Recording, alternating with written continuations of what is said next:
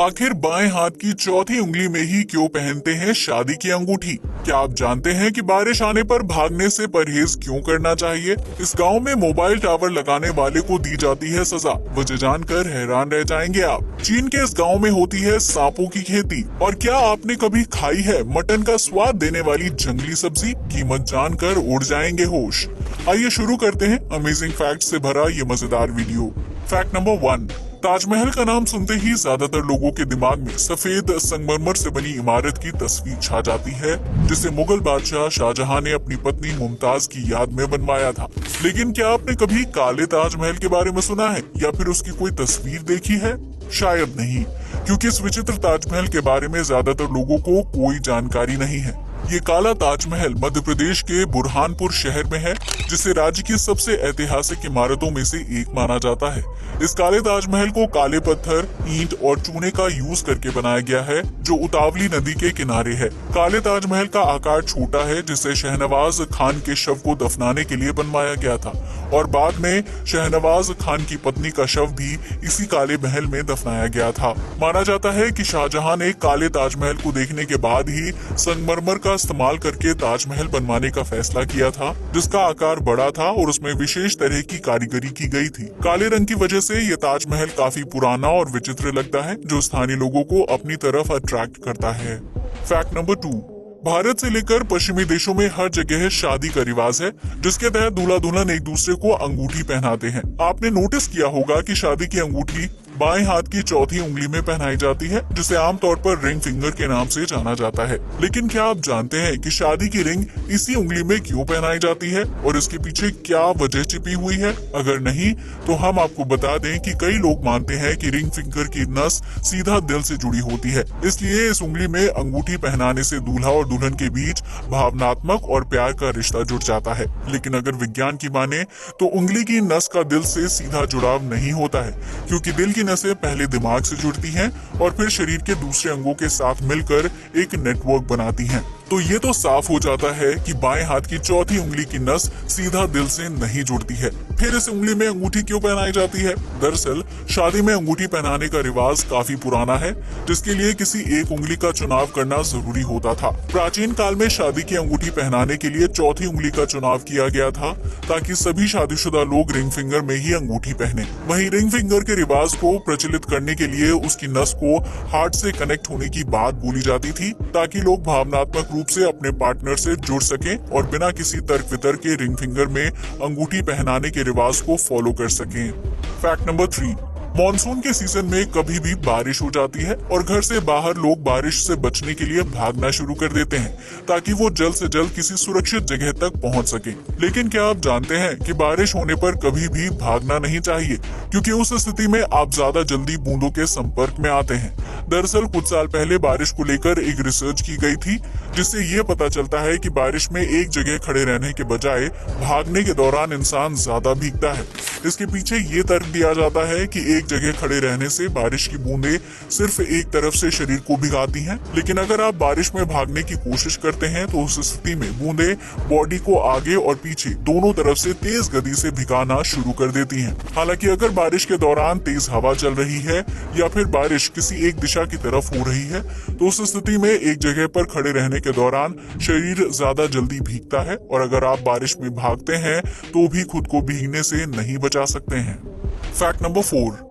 दुनिया भर में ज्यादातर लड़कियां अपने होठों को खूबसूरत बनाने के लिए लिपस्टिक और रंगीन लिप लाइनर का इस्तेमाल करती हैं, जबकि कुछ लड़कियां होठों को सर्जरी के जरिए अच्छा शेप देने की कोशिश करती हैं। लेकिन क्या आप जानते हैं कि इथोपिया में रहने वाली मूर्सी जनजाति में उन लड़कियों को खूबसूरत माना जाता है जिनके होंठ बड़े और लटके हुए होते हैं। जी हाँ, आपने बिल्कुल सही सुना। इस ट्राइब में लड़के और लड़कियां अपने होठों का आकार बड़ा करने के लिए बहुत ही अजीबोगरीब प्रक्रिया का पालन करते हैं। इसके लिए मूर्सी जनजाति के युवा लड़के लड़कियां अपने होठों में एक गोल और बड़ी लकड़ी की डिस्क लगा लेते हैं और उसे लंबे समय तक उतारते नहीं हैं, जिससे उनके होंठ लटक जाते हैं और उनका आकार भी बड़ा हो जाता है।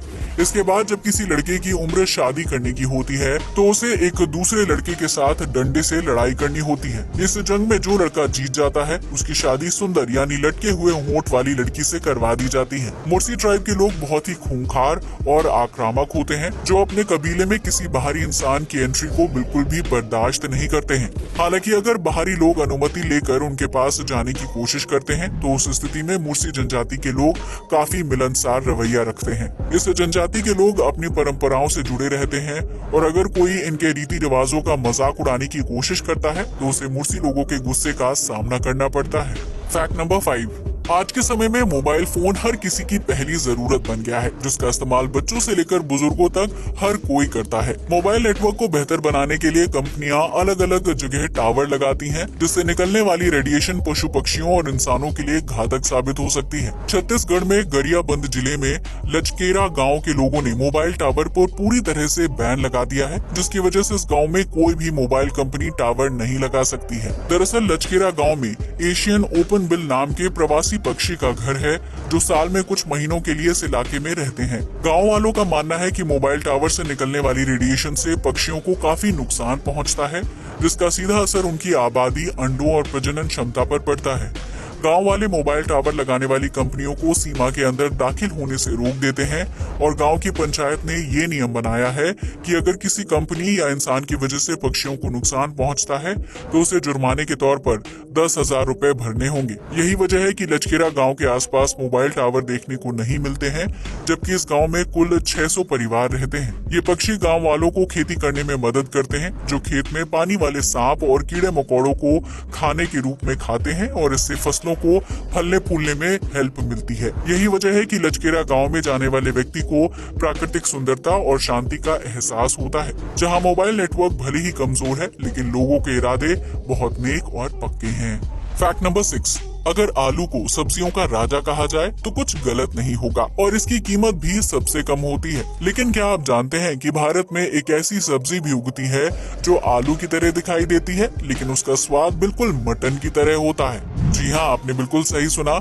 इस सब्जी को कटरुआ के नाम से जाना जाता है, जो राजस्थान के पीलीभीत में जंगलों में उगती है। दरअसल ये एक जंगली सब्जी है जो पेड़ की जड़ों में उगती है और स्थानीय लोग बरसात के मौसम में कटरुआ की खुदाई करके उसे बाजार में बेच देते हैं। इस सब्जी का स्वाद मटन की तरह लगता है, जिसमें प्रोटीन और दूसरे पोषक तत्वों की मात्रा बहुत ज्यादा होती है और इस वजह से कटरुआ को शाकाहारी लोगों का मटन कहा जाता है। इस सब्जी की कीमत 1000 से 1500 रुपए प्रति किलोग्राम के बीच होती है, जिसे बेचकर स्थानीय लोग अच्छी कमाई करते हैं। लेकिन अब पीलीभीत के लोगों को कटरुआ की सब्जी मिलना मुश्किल है, क्योंकि जिस इलाके में ये सब्जी उगती है वो रिजर्व फॉरेस्ट के अंतर्गत आता है।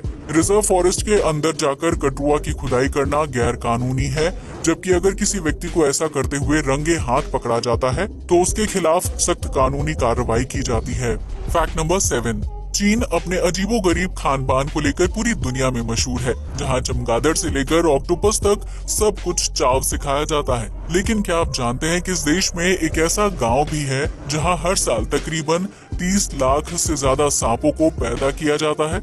जी हाँ, आपने बिल्कुल सही सुना। इस गांव का नाम जीसी कियाओ है, जहां किंग कोबरा, वाइपर और रैटल स्नेक की विभिन्न प्रजातियों को पैदा किया जाता है। ये गांव एक तरह से खतरनाक और जहरीले सांपों की खेती करने के लिए मशहूर है, जिनसे जहर निकाला जाता है और फिर उस जहर का इस्तेमाल विभिन्न तरह की दवाइयां बनाने के लिए किया जाता है। खासतौर से त्वचा संबंधी बीमारियों से छुटकारा पाने के लिए सांप के जहर से बनी दवाई काफी कारगर साबित होती है। जबकि चीन में स्नेक वाइन का क्रेज भी काफी ज्यादा है। चीन में सांपों की खपत को पूरा करने के लिए जीसी कियाओ गांव में सांपों की खेती की जाती है, जिसकी वजह से इसे स्नेक विलेज के नाम से भी जाना जाता है।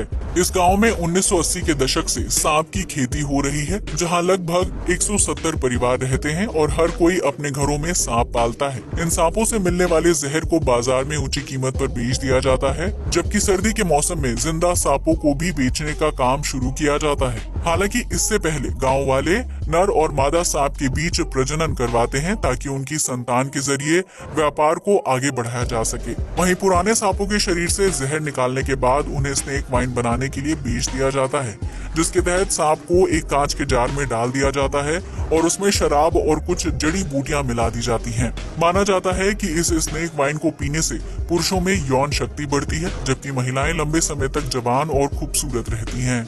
आज के लिए बस इतना ही। जय हिंद दोस्तों।